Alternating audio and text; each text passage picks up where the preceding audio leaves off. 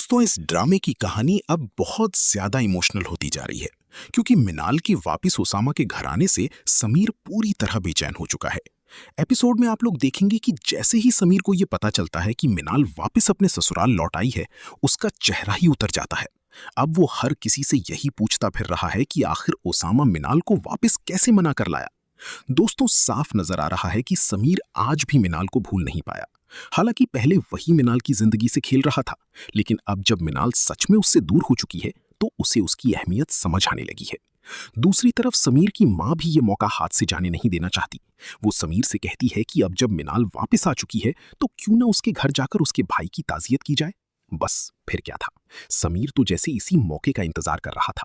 वो तुरंत तैयार हो जाता है ताकि किसी न किसी बहाने मिनाल को फिर से देख सके। लेकिन दोस्तों, सबसे दिलचस्प बात यहां पर यह है कि समीर अब ओसामा से भी बार बार ये कंफर्म करने की कोशिश करेगा कि क्या मिनाल अब हमेशा के लिए उसके साथ रहने वाली है या फिर दोबारा मायके चली जाएगी। अब ओसामा भी समीर की हालत बहुत अच्छे तरीके से समझ रहा है।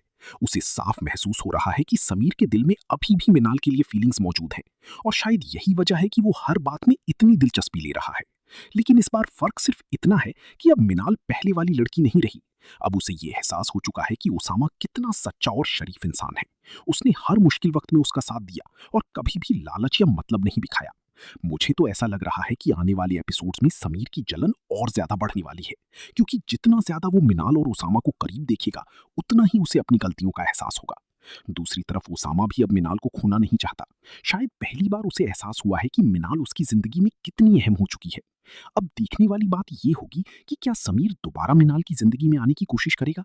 क्या मिनाल अब पूरी तरह ओसामा की हो चुकी है और क्या ओसामा समीर की हर चाल को समझ पाएगा। आप लोगों को क्या लगता है, क्या समीर सच में मिनाल से मोहब्बत करता था या अब सिर्फ उसे अपनी हार बर्दाश्त नहीं हो रही। कमेंट सेक्शन में अपनी राय जरूर दीजिएगा और अगर वीडियो पसंद आई तो लाइक, शेयर और चैनल को सब्सक्राइब करना बिल्कुल मत भूलिएगा।